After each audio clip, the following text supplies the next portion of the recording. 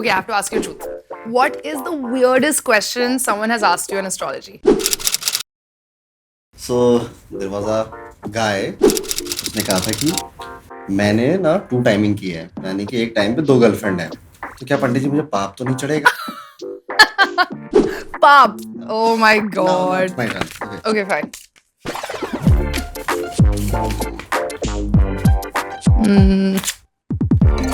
Dare. It's a dare. Okay. It's a dare. So let's do trust fall. What? No chance. Why? Just do something else. Brihaspati नाराज है लगता है. Brush the what the what? एक काम करते हैं, कुंडली ओपन.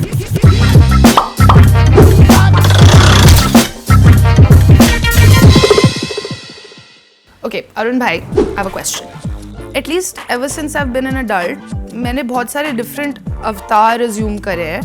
मेरे करियर की जो ट्रैजेक्टरी भी है वो भी इतनी अलग है. हर 2 साल I feel like a different person and all those people are real. लेकिन वो मेरे एफर्ट से ही हो रहा है. ये नहीं कि I'll give you an example. एक अपॉर्चुनिटी आती है एंड मैं उससे हाथ मिलाती हूँ and I give it my best और उसके द्वारा my life completely takes a new turn and I look different, I feel different, I become different. तो मेरा प्लान हमेशा ऐसे मतलब व्हाट इज़ माई मतलब मुद्दा क्या है? Why don't I have a plan?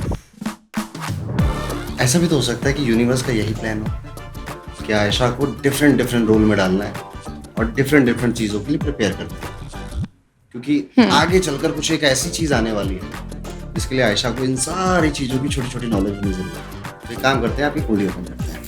Okay, I have never done this. So मैंने पहले आयशा आपकी हॉरोस्कोप बना के रखा है. ओके जैसे ये वाला जो देख रहे हो, ये फर्स्ट हाउस है. ओके अभी इसका एड्रेस आयशा के लिए 3 है. ओके इसको हम कहेंगे जेमिनाई एसिडेंट. सो अभी जो जेमिनाई है इसको ऐसे समझते हैं कि हर घर की एक वाइब होती है, जैसे सेट की एक वाइब है.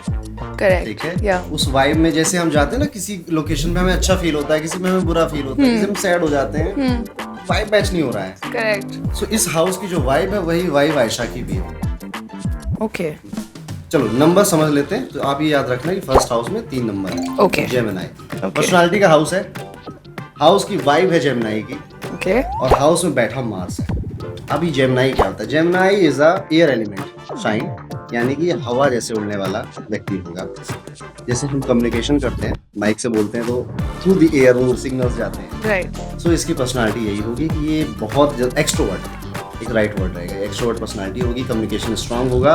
और मार्स यहाँ पे बैठा है, सो बहुत ज़्यादा हार्ड वर्किंग है. ठीक है. एम्बिशियस है और फिटनेस में बहुत ध्यान है, बिकॉज मार्स का जो वाइब है वो फिटनेस, एंगर, एम्बिशन और एग्रेशन का है. कि मुझे ना हर चीज़ स्पीड में और जल्दी चाहिए लाइफ में. ठीक है.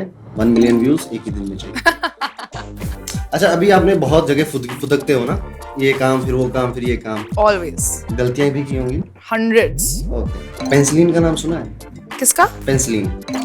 जो मेडिसिन होती है. यस. हाँ. खोला. Yes. Microwave oven, yes. X-ray, yeah. ये सारी चीजें इन्वेंट हुई थी by instant. What are you saying? वो कुछ और बना रहे थे. और कुछ और खोला. हाँ. वो एक हेडेक को रिमूव करने वाली मेडिसिन बना रहे थे. Are you और एक serious? सॉफ्ट ड्रिंक बन गई बाय मिस्टेक. और देखो, लार्जेस्ट आई थिंक पीने वाली ड्रिंक है वो. I didn't know that. कई बार हमारा प्लान होता है कुछ और करने का, पर यूनिवर्स का प्लान उससे भी ज्यादा बड़ा होता है. बट हम यहाँ पे एस्ट्रोलॉजी में बात करेंगे. Okay. जब बात Okay. फेथ की आती है ना, faith on the universe, faith on God, Yeah. सो एक प्लेनेट है जुपिटर. वो बहुत इंपॉर्टेंट हो जाता है. कहाँ दिख रहा है जुपिटर? 6 यहाँ पर. यस. सो ये first house, Yes. This is second house, third house, fourth house. Okay. Okay. अच्छा ऐसे जाता है. हाँ, एंटी क्लॉकवाइज. Okay. इसको हम बोलेंगे कि फोर्थ हाउस में 6th जोडिएक विच इज वर्गो बैठा हुआ है और उसमें जुपिटर बैठा हुआ है. Okay. फोर्थ हाउस एक ऐसा हाउस होता है जिसमें हर वो चीज आती है जो कि आपको सबसे ज्यादा जरूरी है या आपको चाहिए. लग्जरी, कंफर्ट, आपकी मदर, आपकी एजुकेशन, आप ना जो गाड़ियां और व्हीकल प्रॉपर्टी के शौक रखते हो ना, ये सब कुछ फोर्थ हाउस ही दिलाता है. एंड जुपिटर एक ऐसा प्लेनेट है जो कि इसको ऐसा समझना है कि ये एक पंडित जी हैं जो हमेशा आपका भला करना चाहते हैं. और पंडित जी आपको नॉलेज देते हैं, या इसको टीचर समझ लीजिए कि जो आपको नॉलेज, एक सही नॉलेज देना चाहते हैं। पर कई बार क्या होता है ना, सही नॉलेज देने के लिए थोड़ी पिटाई लगानी पड़ती है, यानी कि आपको हर्डल से, डिफिकल्टी से, चैलेंजेस से गुजरना पड़ता है, तब जाकर आप सीखते हो वो सारी चीजें। तो जुपिटर 4th हाउस में यही करता है। एंड 6th साइन जो है वर्गो, जैसे मैंने कहा था जेमिनी का एक वाइब है, वैसे वर्गो का एक वाइब है। क्या है भाई? जजमेंटल है वर्गो, ओह क्रिटिसाइज करता है वर्गो, अच्छा, गलतियां ढूंढ लेता है। हाँ सो अभी क्या है, अभी ये क्रिटिसिज्म, जजमेंट और ये गलतियां वर्गो के वाइब में जुपिटर बैठा है, which is a planet of faith. तो वो तो बिल्कुल ऑपोजिट हो गया ना। तो यही तो है कॉन्फ्लिक्ट। आप बिलीव ही नहीं कर रहे हो कि प्लान है मेरा कोई, मैं प्लान का पार्ट हूँ किसी। क्योंकि मैं जज कर रही हूँ यस और फेथ को बैठने नहीं दे रही हूँ। What are you saying right now? That's crazy. Okay. सो ये एक पार्ट है आपके हॉरोस्कोप का। कुछ अभी क्लैरिटी मिली जो सवाल पहले पूछा था? थोड़ी बहुत मुझे what I'm taking from it is कि मैं ही resist कर रही हूँ। Yes Right? क्योंकि क्या क्यों? पता जो हो रहा है यही तो प्लान है। एक लिंगो याद आ रहा है आपके लिए, जो हम जेनजी यूज करते हैं ना, अनुगच्छतु प्रभावम। ये Gen Z use करता है? नहीं है आपके लिए इसका ट्रांसलेशन कर देता हूँ। Okay, please. Go with the flow. I love that. Okay. जैसे मैंने बोला कि 4th house is house of property, vehicle, luxury and all. ऐसे ही ये जो 5th हाउस होता है ना, यहाँ से काउंट करेंगे 1 2 3 4 5। 5th house address is 7। Okay, but कोई प्लेनेट है क्या वहाँ पे? नहीं। ब्लैंक है। तो इसका ये मतलब नहीं है कि प्यार का मामला खाली है मेरा, ठीक है। तो 5th house is romance, romantic partnership. Okay, vibe है इसकी balance. 7 number is Libra. Libra का कभी आप फोटो देखना तो एक तराजू है, अच्छा। weighing scale। Okay, balance. Balance. So you crave for this I crave for balance. in relationship. Okay. एक बैलेंस्ड रिलेशनशिप चाहिए। Okay. बहुत ज्यादा टू मच भी नहीं, हाँ। and बहुत ज्यादा ऐसा भी नहीं कि इग्नोरेंट हो रहा है। Right. बैलेंस, ये आपका क्रेविंग। Okay, Okay. मिलेगा नहीं मिलेगा वो नहीं, फिर वो फिक्स नहीं। ओके, अभी हम एक स्टेप आगे चलते हैं। Okay. जब भी कोई हाउस ब्लैंक होता है, उसमें कोई प्लेनेट नहीं होता है, आपके लिए भी कई बार होता है कि आप अपने हाउसेस में देखोगे कि कोई प्लेनेट नहीं बैठा है, तो आपको लगेगा कि अच्छा शायद शादी वाले घर में कुछ बैठा नहीं तो शादी नहीं होगी। नो, हर हाउस में कोई राशि का नंबर जरूर लिखा हुआ मिलेगा आपको, और हर एक राशि का ज़ोडिएक का एक लॉर्ड होता है। फिर हमें चेक करना होता है कि इस हाउस का लॉर्ड अगर XYZ प्लेनेट है तो कहाँ जाकर बैठा है। वो जहाँ जाकर बैठेगा ना, वहां से वो रिजल्ट लेकर आएगा। सो अभी हम आयशा के 5th हाउस के लॉर्ड को ढूंढेंगे। Okay. So Venus is the Lord of 5th house, which means you want कि कोई लव रिलेशन हो। आप वैसे नहीं हो कि पापा जिस पे कहेंगे उसी से शादी कर लेंगे, ठीक है। Obviously. सो 5th हाउस का लॉर्ड गया कहाँ? In 10. 1, 2, 3, 4, 5, 6, 7, 8th house. Okay, Okay. Venus 8th house में बैठा है, तो आपको वो व्यक्ति ज्यादा समझ में आएगा जो रिसर्च में हो, या फिर जो बहुत ही ज्यादा इंटेलेक्चुअल है, फिलोसफिकल बातें करता है, विजडम की बातें करता है, because 8th house is the house of research. Okay. तो किसी भी तरह से किसी डेप्थ की किसी प्रोफेशन में है, इंजीनियर है, समझ में आएगा। ओके, वो किसी भी प्रोफेशन में हो सकता है, उसका काम ऐसा होना चाहिए। He can be a writer, जो कि बहुत ज्यादा डेप्थ में जाकर राइट करता है, सोचता है। तो ये है प्लान। आपका कंपेनियन ये ज्यादा बेटर आपके साथ काम करेगा। And Saturn is also lord of hard work. So आपको जो स्पाउस मिलेगा, जो पार्टनर मिलेगा, जिसके साथ आपका लंबा गेम चलेगा, वो बहुत हार्ड वर्किंग होगा। ओके, थोड़ा सा और बोल दूं तो आपसे थोड़ा सा शेड में डाउन होगा, because Saturn is a planet of darkness.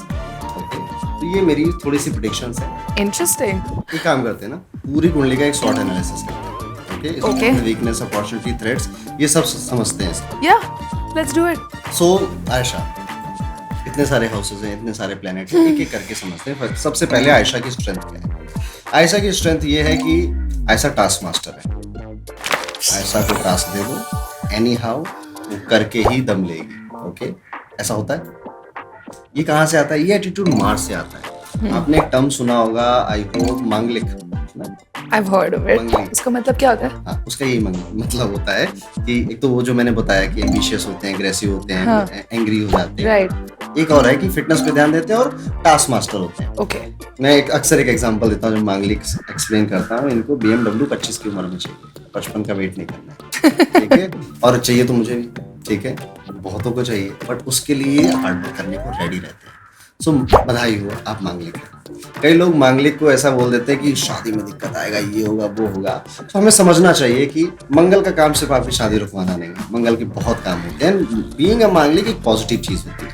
अच्छा, बट एक थोड़ा सा, हर अच्छी अच्छी चीज के साथ एक थोड़ा सा बैड तो नहीं कहूंगा, बट समझने वाली बात है कि इन लोगों को ना सेटिस्फेक्शन कभी नहीं मिलता। इन्होंने अगर कोई एक मूवी कर ली, ठीक है, जो दुनिया कहेगी अरे आयशा मूवी कर ली यार तुमने, तो अब तो सब ठीक है, अरे इससे क्या होता है, अभी वो देखो वो कहाँ पहुंच गया, मुझे वहां जाना है, ये वहां पहुंचेंगे। उसके बाद फिर यही इनकी कहानी स्टार्ट हो जाएगी। सो लाइफ में वो स्टेज बड़ी मुश्किल से आती है, या तो आती नहीं है, कि जब मांगलिक पर्सन, स्पेशली फर्स्ट हाउस मांगलिक यानी फर्स्ट हाउस में मार्स हो, वो सेटिस्फाई होगा। Relatable, very relatable, my God. Okay, मांगलिक एक बार एक्सप्लेन कर देता हूँ कि कुंडली में 12 हाउसेस होते हैं, मंगल कहीं तो बैठेगा ही। 5 हाउसेस फिक्स किए गए हैं, first house, 12th house, 4th house, 7th house and 8th house. Mangal इनमें से कहीं भी बैठेगा तो आपको बोला जाएगा बधाई हो आप मांगलिक। सो ये है स्ट्रेंथ एक्चुअली। उसके बाद जुपिटर हमने एक्सप्लेन किया। Now comes to your moon. Okay, moon is a very important planet actually, ठीक है, बिकॉज ये हमारा मेंटल पीस है। आप कई बार देखोगे ना कि लोग बहुत रिच हैं, वेल्दी हैं, उसके बावजूद दे आर नॉट हैप्पी, क्योंकि उनके मनोदशा खराब, यानी उनका मन खराब, मन विचलित है। और ऐसा कहीं ना कहीं आयशा आपके हॉरोस्कोप में दिखता है। ओके, सबसे पहले तो moon is companion with Rahu. What is Rahu? Rahu is something amplifier. देख सुना आपने कि वो एम्पलीफाई कर देता है, राइट। तो राहु को वही समझना है कि एम्पलीफायर, वो जिसके साथ बैठेगा उसको एम्पलीफाई कर देगा, इसका वॉल्यूम बढ़ा देगा। वॉल्यूम बढ़ा देगा उसका। ओके, मून हमारे इमोशंस है, Right. हमारा मेंटल पीस है, Right. हमारे थॉट्स हैं। जब भी राहु उसके साथ बैठेगा तो क्या एम्पलीफाई होगा? हमारे इमोशंस। इमोशंस। सो अभी आयशा को अगर दुख होगा तो पूरे मोहल्ले को पता चलेगा आज आयशा को दुख हुआ है। This is so true. So ये मून राहु का combination. Now God times it affects your sleep also. Yes. How do you know this? Oh my god. True. The reason I am Arun Pandit. हाँ, you're the pandit. And I'm oversensitive. One interesting part, अभी तक आयशा, अभी आप क्या सोचते थे कि मेरा ज़ोडिएक या मेरा राशि क्या है? For some reason, क्योंकि मेरा बर्थडे 22 दिसंबर को है, कुछ मैगजीन्स में, कुछ एप्स पे I'm Sagittarius and कुछ पे I'm Capricorn. So I'm forever supposed to be confused. जब हम कुंडली ओपन करते हैं ना, सो हम फॉलो करते हैं कि मून किस ज़ोडिएक में बैठा है। अच्छा, किस ज़ोडिएक में बैठा है? that's 8. 8 is Scorpio. So Aisha is Scorpio. This is the first I'm hearing of this. I'm a Scorpio. Yes. तो हम बोलेंगे कि आपका मून शाइन है स्कॉर्पियो। अच्छा, तो आज ना उन मैगजीन में स्कॉर्पियो के ट्रेड्स पढ़ना थोड़े। that's all I'll be doing now.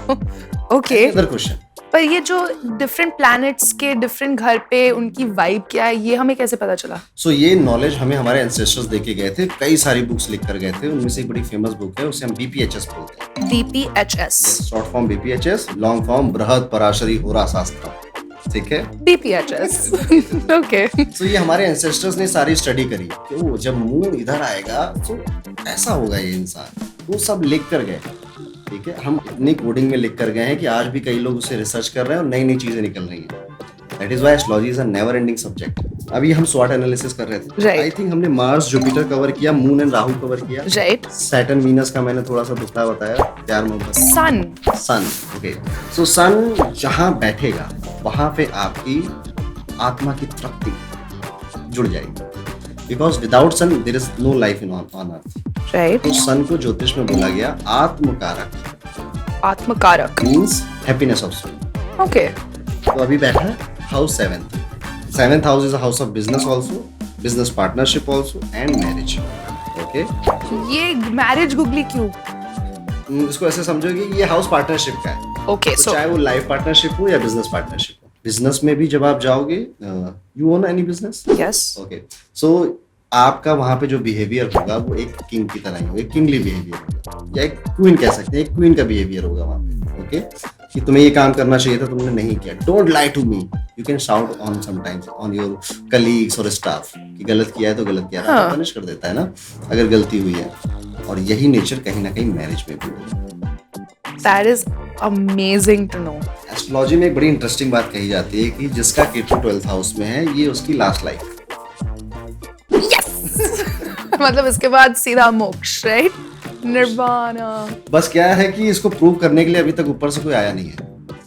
ठीक है। What? I got excited for nothing. Okay. तो बुक्स में तो लिखा है, हाँ. बट क्या करें, सुनने में भी अच्छा लगता है, ठीक है, बट अभी तक प्रूव करने कोई आया नहीं है। लेकिन मैंने जो देखा है कि इनके कुछ सिम्टम्स होते हैं। Okay. जैसे जैसे इनकी एज बढ़ती है, स्पिरिचुअलिटी की तरफ इंटरेस्ट बढ़ने लगता है। Absolutely. जैसे जैसे इनकी एज बढ़ती है, डोनेशन करने लग जाते हैं, चैरिटी करने। Very true. तो ये दो सिम्टम्स अगर आ रहे हैं, धीरे धीरे ये और बढ़ेंगे जैसे जैसे एज बढ़ेगी। So you are going towards the moksha. Oh my God, this is the best thing I've heard. Wow. So you like it? अभी एस्ट्रोलॉजी में थोड़ा ट्रस्ट हो रहा है।